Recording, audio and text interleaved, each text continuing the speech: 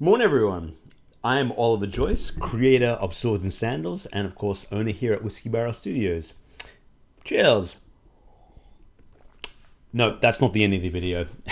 Today, I wanted to talk to you a little bit about the creation of the characters in Swords and Sandals. More specifically, how I draw them and color them and animate them. It's something that people have asked me a bit about over the years, and I've always wanted to sort of go behind the scenes and sort of fire up the programs I use and just go through the process with you a little bit. I've got a couple of games to show you today, Swords and Sandals 2 and Swords and Sandals Crusader, and of course Swords and Sandals Pirates. All of them have common aspects, but all of them have a little bit of a different animation procedure and character creation procedure. And we're going to go through them a bit today. And oh, there's my microphone. I'm holding it. Very professional. I have my instant coffee with me. So let's get started on Sword and Sandals 2. I'll fire that one up first. Alright, so we're at my computer now, and what we see here is a program called Adobe Animate, formerly known as Flash. Many of you may remember Flash as that wonderful animation program from the last 10 or 15 years that made all the web games and animations that you saw in your browsers. It's really fallen out of favor today, and you'll never see any websites or anything made with Flash, but there are still a number of games that use it, including up to this date, the Swords and Sandals games. Sadly, the Swords and Sandals Pirates will probably be the last game that I make using Flash. Better known as Adobe Air these days for those who are a bit more technically minded. It's a wonderful tool for making games that run on Steam and mobiles, Android and iOS. But it's just fallen out of favor, and it just doesn't have the bells and whistles that something like Unity or Unreal does. So it's been a long time, but finally I'm moving on from it. But what we have here is a character that I drew probably in 1999. So coming up on 20 years ago. Now, the original character has been redrawn bits and pieces of him, but I drew this just as a one-off animation in... I don't even know if it was Flash. I can't even remember. And then when Flash came out, I traced over it and brought it in. And what you see, it's essentially a paper doll. So you have a head, a torso, a couple of arms, some lower arms or, wrists and so on. Upper legs, or weapon, upper leg, lower leg, and foot. And every character in Swords and Sandals 2 is based on this template. It's all grey at the moment, except for the helmet, the hats and the helmets and so on, because I colour them with code. But what we're going to do now is we're going to go into the character a little deeper. So if we click on his torso here, you see he's wearing the Maximus armor, which is based off Maximus, the gladiator from the movie Gladiator. And what you see here is a piece of his armor, but I can turn that layer off, and then we'll see his actual torso underneath. There you go. And for every character, I drew this. So let's have a look. We'll zoom in a bit closer. And I drew this many years ago, just with the mouse. Got my little drawing tool here. So if I wanted to, I never really added nipples to him, but I could add like that. It's just a drawing thing like that. I got pretty good with drawing with the mouse over the years. And to the point where I could, draw this. It's not amazing quality, but it's good enough. And what's under that? Oh yeah, underneath we see the male and the female. So I drew each one twice, a male version and a female version, and the program goes through and knows to turn on either the male or the female movie clip. They're called movie clips. It's essentially like movie clips on a stage, because this is actually called a stage, this blue background here. And above that, we can see he has some armor. Now, there are many different kinds of armor, and each one I drew in a movie clip. So we start off with this one. You may recognize that. That's the default armor from Swords and Sandals 2. or at least the Redux. I can't remember if it was a very, very original, but the armor was very similar. I went and cleaned up a little bit for the Redux version, but not that much. So these ones are colored because they don't actually have many different variants. But what you can do is if I want to change the color of that, I can go into this little paint tool and then just go paint. Oh, wrong one. That's the outline. Paint blue, like that.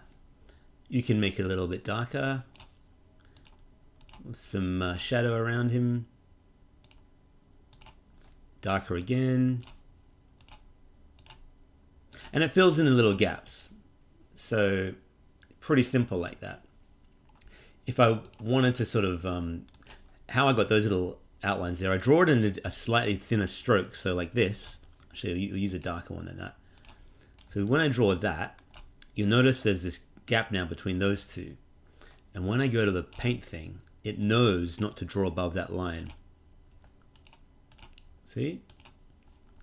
And then I go back and I remove the lines, and there it is. But we're going to undo all that because we have that color and we're happy with it. There are many different bits of armor in this game. That's the first one. That's the second one. You can kind of see them here in this window here in this small swap panel. The most powerful being the Emperor's armor, which I can't remember if you get to wear or not. I don't think you do. But we'll go back to maybe that one. That's kind of nice. And yeah, that's just the breastplate, and the same technique for the shoulder guards. You can change them to whatever they are. And I just drew them all just by hand. You know, I'd zoom in sometimes and, you know, make sure that I got a bit closer so I could really, you know, if I wanted to add a spike like that, I could add a spike and then just shrink it down a little bit. And you can do that. Oh, wrong color. I keep choosing the wrong color thing. It's been a little while. Yeah, so that would have a spike on it now. And, you know, little bits. It's quite a clever little program for drawing. Most people use something like Illustrator to draw, but some people like me learn to draw with Flash. And, you know, it's amateur, but nice amateur. What it does is it'll actually smooth out your lines for you. So if you draw a line, it knows to smooth it, which is kind of cool. As I said, it's really fallen out of favor now, and programs like Unity have really taken over, and for a good reason. They're much more suited for making games than, sadly, these. But back in the day, these were really cool. Very cool program for creating animations, especially. A lot of your favorite sort of cartoons were done with Flash. Surprisingly, I think maybe, I can't remember for sure, but I think Adventure Time, the original one, might have been done with Flash. Could be wrong though. It's something like that anyway. So yeah, the head, the armor, the weapons. We can go to the weapon. Now the weapons are a little bit different because these are actually bitmaps. They were originally vectors. A vector is like a line drawing done by code and points, but a bitmap is actually done in a paint program. And it's a bunch of pixels, and I can edit these in Photoshop by bringing them up. If I bring up my Photoshop over here, and this is the old sword from long time ago, but it's just been sort of colored and shaded a little bit. Technically, you don't really want to mix. Oh, there's my Ollie play screen. There we go. You don't technically want to mix vectors and bitmaps too much, but because the characters are quite small, it doesn't really matter. And we can swap that weapon out for one of the many different ones we have here. We could give him this huge mace. Move that there. Or we could give him cutlass. And it just slots in. And the program knows that I want to use weapon 4 or weapon 17 or whatever it is. And that's a huge sword there. Probably a little bit big for him. We can shrink that if we want. We can kind of go like that. Same with the shields. Swap the shield out for that one. Anyway, you get the idea. And going into the head's actually quite detailed. So we have a helmet. Helmet has many different variations. You can give him that one. That's kind of cool. But we're going to move the helmet out of the way now. And the base gladiators don't have any hair or anything, but it's all there, including the features. When I say features, I mean things like glasses, and they're little just, bits and pieces that I drew to give characters a little bit of a unique feel to it. And there's many different kinds of hair as well. Each one has its own movie clip, and I can swap them out. All the different hairs I've drawn over the years. Here's some bogan hair, and they're all grey as well. And then via code, I'll say I want this to be blue. And so I might get the color blue from up here. And how do you tell the computer that you want blue? It doesn't really know the word blue, but it knows what hex values are. And hex values are these little numbers up here in the corner. They're basically a string. It's just called a 16. I forgot what it is. It's a power of 16 thingy. I've forgotten the technical term, but you can basically grab that, and I'll bring it up here.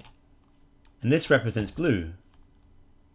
Now you might have seen that in other things. Everything is between O, A, E, F, and so on. And this way it knows that that's blue. So when I say I want the hair to be blue, I say give it this number, and then it will turn it that particular blue, which is kind of cool. We can paint it blue in this, but then everyone's hair is going to be blue by default. We don't really want that. Anyway, yeah, so hair, helmet, we can hide the layers of that. The eyes are little animations, in fact, and these have, I tell the program, open, I want him to, that's the girl eyes. Look left, look right. I could give him the girl eyes if you want. With the little eyelashes. That might be looking down, blinking. That's blinking now. Same with the mouth. The mouths are the same. Oh, and face hair. So face hair is basically a beard. I don't know why I call it face hair. There he has a beard now. We'll move that out of the way. And we'll have a look at the different mouths. And the many millions of characters you find in Swords and Sandals are all based on this. Very simple template. And if I wanted to create a new beard, all I do is I go into an existing one, remove it, and then just draw a new thing. So I could go, we'll use a thicker pen than that. Give him some big sideburns.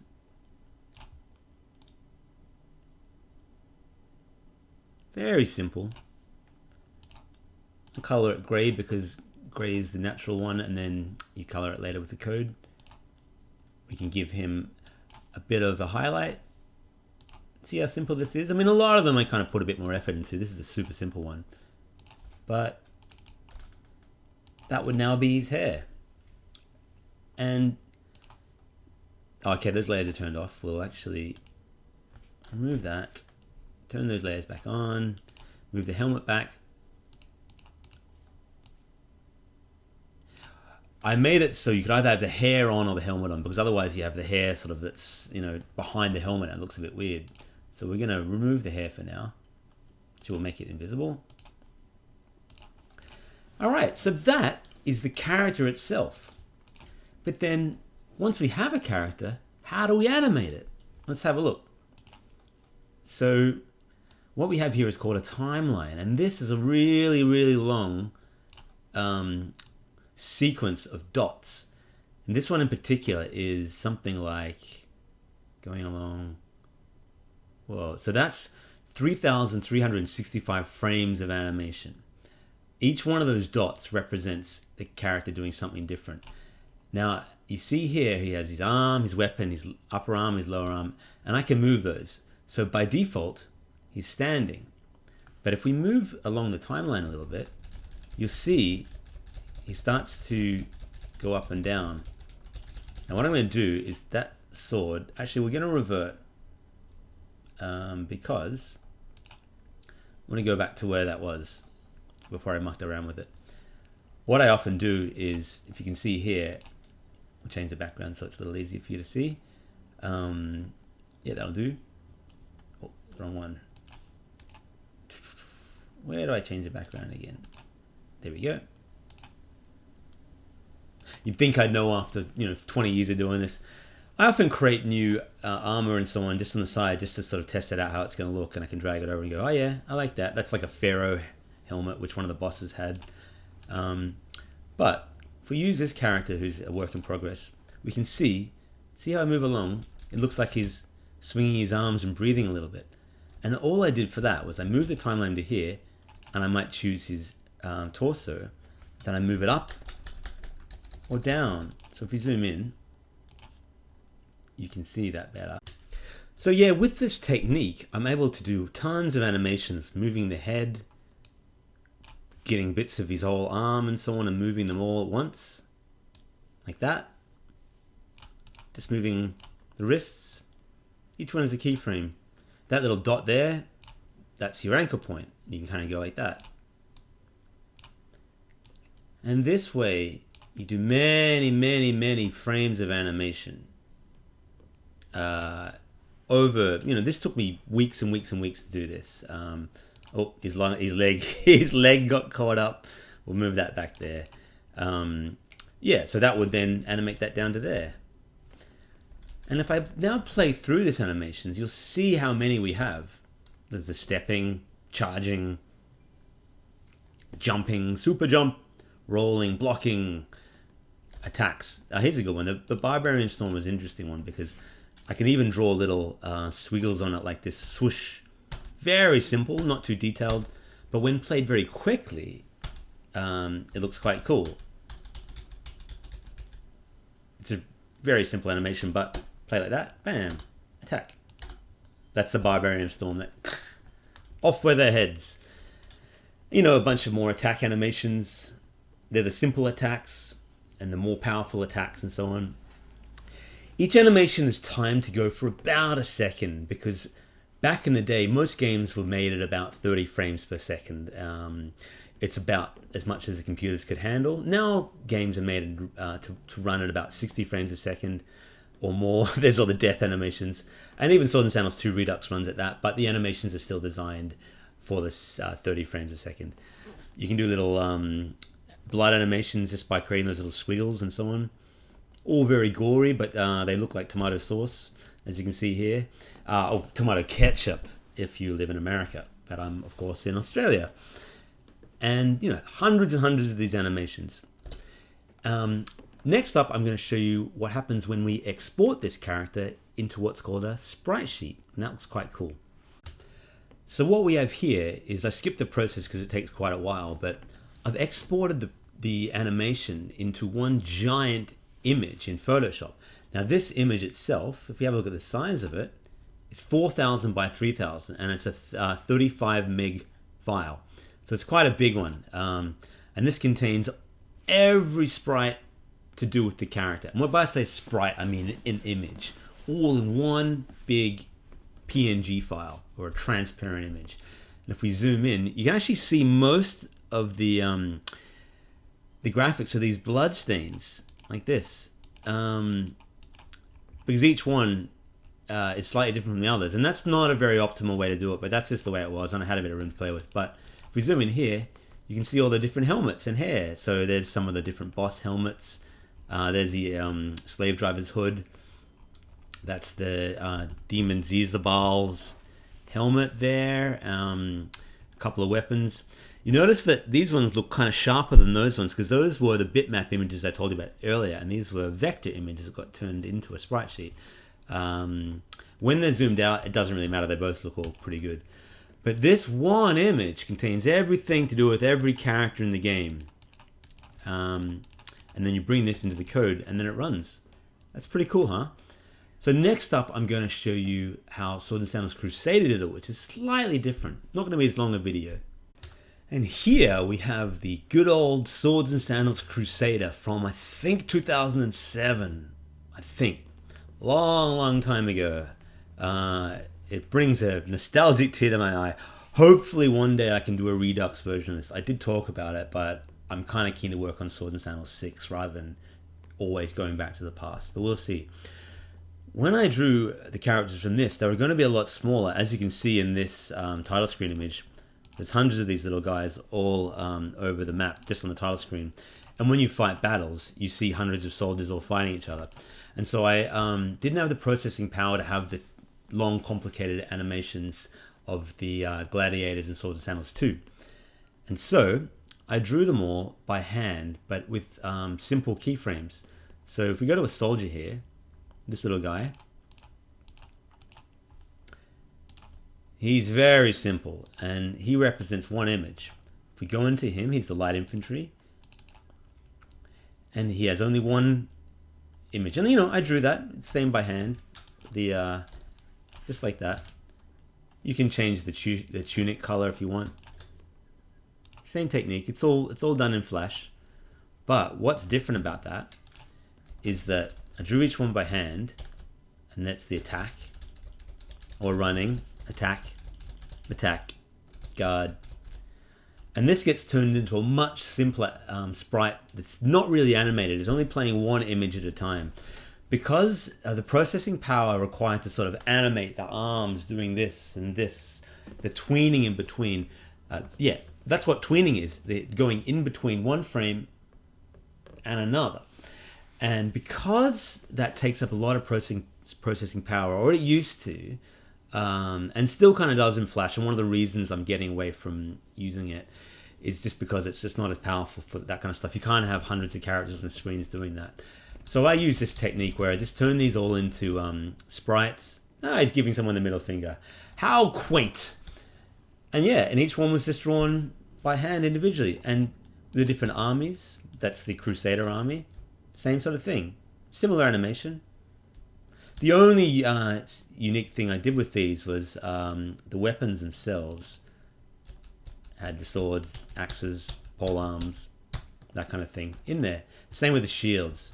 So you could all carry a few different shields just for variety. But each army had its own version of it. There's the skeleton ones. Chaos's Legion, of course. And Arglax's Beast Force, the monkeys. And they're the light troops. Heavy troops have their own styles of animations, but they're all just the same. That's the standing. The running is only one frame, and they kind of pop up and down via code. Attack, very simple, 2 frames instead of the 4,000 frames of animation that we had in Swords and Sandals 2. Simple, not much detail to them, but when they're small, you're looking at it that size, it looks a bit crap, but when it's only that big, it looks fine. It looks great when there's hundreds of them all together. And the heavy infantry had, of course, its different army types there, all based off the same template, and I just drew over them. I can change that to different color, whatever. You could delete it and put a big tomato on his head, like that. Whee! And then make that red. Now Chaos has a tomato in his helmet. Great. And these are the mounted troops. They have lions. Some of them have horses, bears, cool undead horses. I love those guys. They look awesome. Elephants, and like a woolly rhino thing. Finally, those guys, catapults. Catapults have... These ones are actually animated because they're only ever one frame at a time. And that's the animation for the catapult, which is kind of cool. It's a nice little animation. That's using some, what was I saying, the tween. So, that in between, the keyframe. The program does that. You set one keyframe for it, another one, and it fills in the blanks. But it does require processing power to do that. And, oh yeah, of course, the colossi. These are the big giant ones, and they have their own... each one of them. That's Pherocles, the Templar giant knight thingy, Sandalphon, the Archangel, the Iron Giant, Gaiax, the Cyclops, the Dusk Harlequin, I think that was, Zirzabal, the Demon Lord, the Prime Ape, I think, and of course the secret boss, the Shih Tzu Tarantula. What a ridiculous thing. It's a Shih Tzu Tarantula. And he has his own animations, like rah, rah, rah, rah. Very simple. But because they were boss monsters and there was only one of them, I could afford to animate them badly. Yeah, spherically has his own, of course, but without all the complicated ones. So that, of course, is Swords and Sandals Crusader. And finally, I'm going to show you the latest one, Swords and Sandals Pirates. So here we have my latest game, of course, Swords and Sandals Pirates, which is a work in progress, going to be out later this year. One of the last things I've actually got to do with it is complete all the art for the many sailors in the game. And here we see a female sailor from, I think this is Baron Wolfgang's army. The reason this one's took so long is because they're all custom colored and they all have unique bits of armor and so on. Same style as Swords and Sandals 2 in that you have a head, a torso, arms, weapon, that kind of thing. But although you can turn that on and off, there's nothing under it. They're all just designed to be all that. So all of these sailors will look the same, but there's a heavy one. So that's the light one. That's the heavy one. Each one is, I wanted them to look unique to the army, but you know, not so unique as to have, you know, 100 different kinds of beards and that kind of thing. All the heavy troops for Wolfgang's army will look like this sort of conquistador here. And they have, because these armies are similar to Crusader in that you'll find that you can have up to sort of about 100 on screen at once. They're not using the keyframe, the tween animations, just using simple keyframes. So that's just the walking, la la la, very exaggerated. That's his stab. I haven't quite finished this one. You can still see here his arm isn't quite right there, so that would go there, if you know what I mean. That's him falling over and he's dead now with a bit of blood, and that's a victory pose. You can move them by doing the same techniques I showed you before. Move his arm up like that. Hurrah! Doo-doo-doo! Victory! Why this is taking so long is because there are light, heavy, ranged, and captains for all these troops. So the captain for the ranged ones for these troops are oh, I haven't drawn them yet for that one. That's handy. Have I? Oh no, there we are. That's the ranged one who's got like a bit of a Robin Hood hat, which I haven't colored in yet. That's still using the grayscale. And we have what was the other one I said? The captains. So the captain for this one will be, of course, Wolfgang. Somewhere. Where is he? Probably in a different animation. This is more like this is like one of the barbarian captains. He actually doesn't have a cape. That's a remnant from something else. I think this is just like a light barbarian troop. Rah! But the duelists, which are there is arena combat in this game, so they have a few more animations, but it's quite simple. Just attacking. Keyframe, and it's quite easy to do that.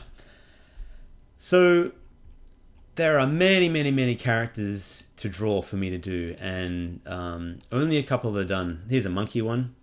He looks kind of funny. They look a bit stupid when they're big, but bear in mind they're only going to be that small when you see them. So yeah, Swords and Sandals Pirates will be out later this year, and when you see these things in action, they actually look kind of cool. So there we have it. Just a bit of a sneak peek into how I do my work.